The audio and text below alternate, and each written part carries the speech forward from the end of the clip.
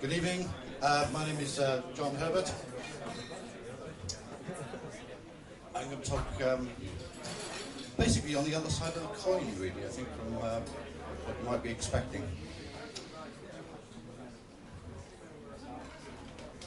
The lady earlier mentioned Beam.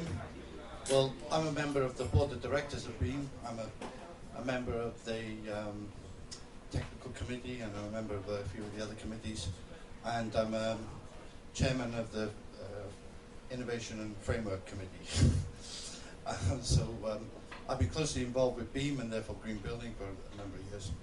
I'm also vice chairman of the energy service company HESCO, which is how I came to be invited today.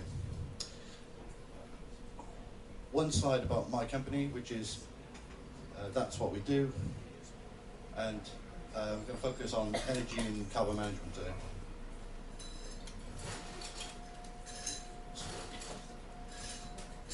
I think everybody knows this is an issue, but I've got a quick presentation today about the 5 top issues that myself as a green building consultant, I'm looking for solutions. Every day we're struggling to make our buildings more energy efficient, and we are basically searching for high-tech, clean-tech solutions. So I'm not so much a clean-tech provider, but as a clean-tech searcher. This is what we're going to go to. Number 1, energy efficiency. This is if not the biggest problem, the most pressing issue for green buildings across the world. We've got generation systems for electricity, which you may or may not be aware of, which only 10% of the available energy actually gets to the buildings that we're using them in, which means there's 90% of opportunities along the line.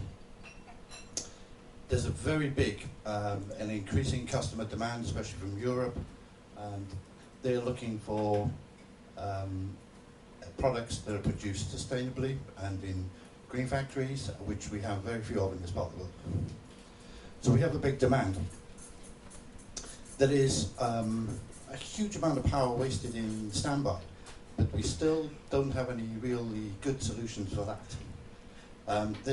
I think in Europe they could save, if they could eliminate standby power in Europe, they could save something like 2 complete power stations.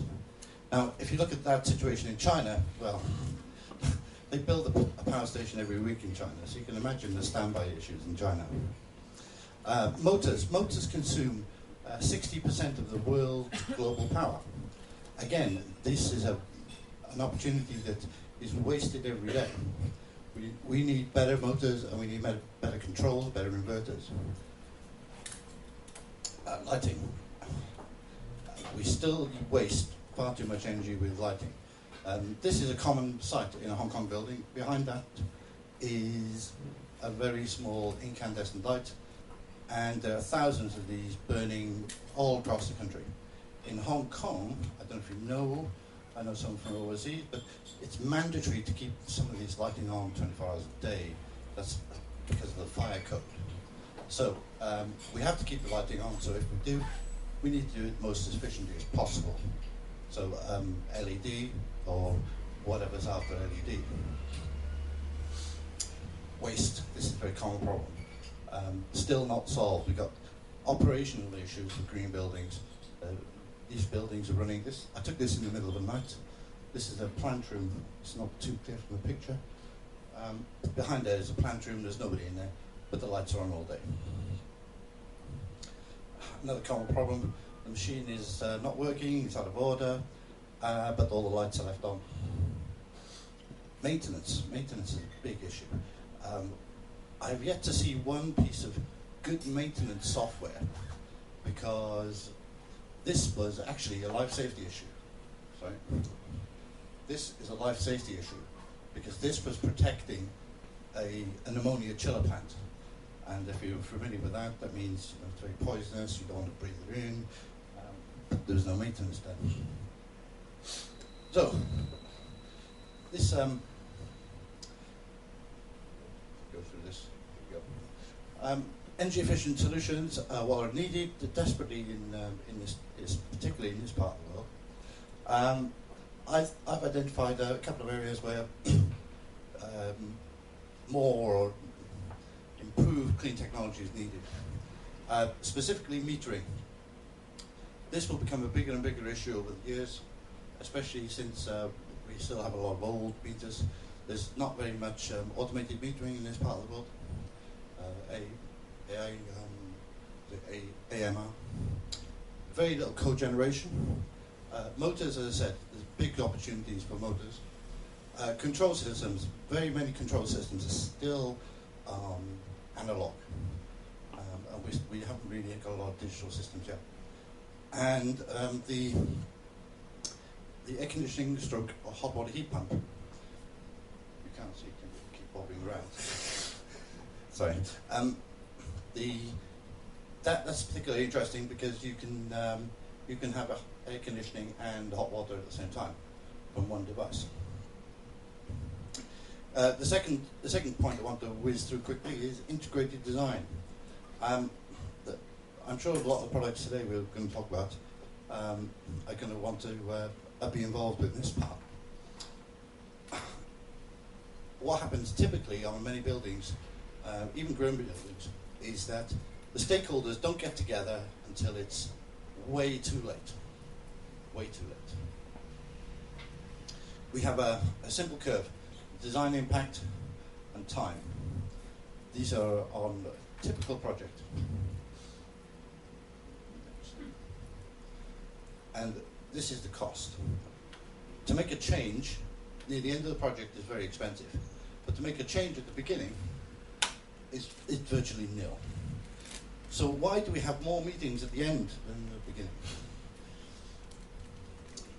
Early decisions. This is critical, especially for green buildings that are looking for certification under BEAM or any other standard. So we should be opting for optimal integrated design all the time. Water management. This is my number 3 because water's going to be the next carbon. In this part of the world, in China, we have got serious problems with water. There's certain lakes which are drinking water sources that are permanently green.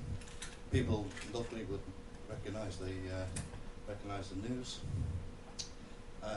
This is another staggering statistic that 25% is not drinkable. You can't even use it for industrial purposes. And don't forget, all our drinking water comes from China. Another case of the river water getting contaminated. The BBC reporting that this is a big worldwide security risk. Very few people do much in this area, to be honest. This is the Hong Kong way to water the plants, the most inefficient way possible. Now, there must be more high-tech solutions that we can dream up than that. But this is what's happening every day. We're still in a very low-tech environment.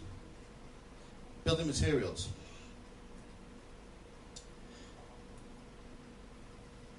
For green buildings, having a green roof is great.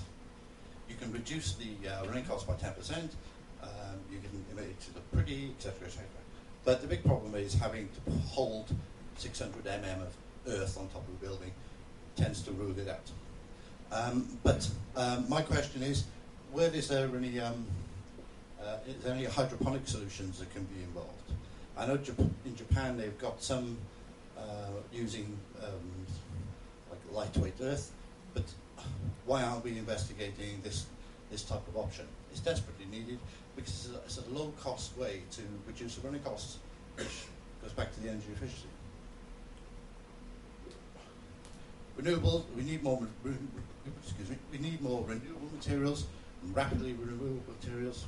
Bamboo is one example, but don't go providing bamboo flooring because it needs to be glued together, and that causes VOCs. Smart glass. Definitely, I see this as a very big feature. Again, very very little has actually reached us in terms of the building trade. We've seen some testing in laboratories. There's one firm that does. There's only one firm that I know which has got some technology from the US that they're using here, but it's on a very small scale so far. The cost is too expensive. Glass takes up nearly 50% of the running cost of the commercial buildings due to the air conditioning. And the air conditioning is already 60% of the running cost. So it's a very, very big sector. Now, I'm going to draw to a conclusion with what's next.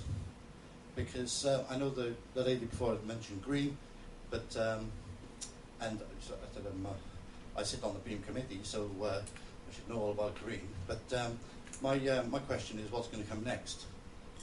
And I've got news that the next evolution of the green building cycle is going to be revitalization. So what does revitalization mean? Well, it means that we're going to be looking for more materials that can heal themselves, are self-healing, self-growing. Whether this is possible or not is difficult to say. But I can tell you that the next version of LEED coming out, not the next version, but a version of LEED, probably 2012, 2013, will be focused on revitalization. And it's going to be looking for that type of materials for buildings. We want to have self-cleaning glass, if possible, without detergents. Now, we've got a lot of heritage buildings in this area, and again, throughout in China. These are opportunities for revitalization, and we need to be able to use modern technology, modern materials to fit into the existing infrastructure. You know, 90% of all buildings are existing buildings. In Hong Kong, we build about 400 new buildings every year, but that means we've got still 9,000 commercial buildings. All need to have their running costs reduced. So, in conclusion, we need a lot of technology. This is one company that we've used in the past. My company, we only specify, we don't actually install. This is a company, a Hong Kong company. They make brick from recycled materials, so the material cost is low, and they coat it with titanium dioxide, which is catalyst, as you pointed out before, and that absorbs the problem chemicals in the atmosphere. So we have definitely, this is a type of material that we'll be using for revitalization projects. That's it. Thank you very much.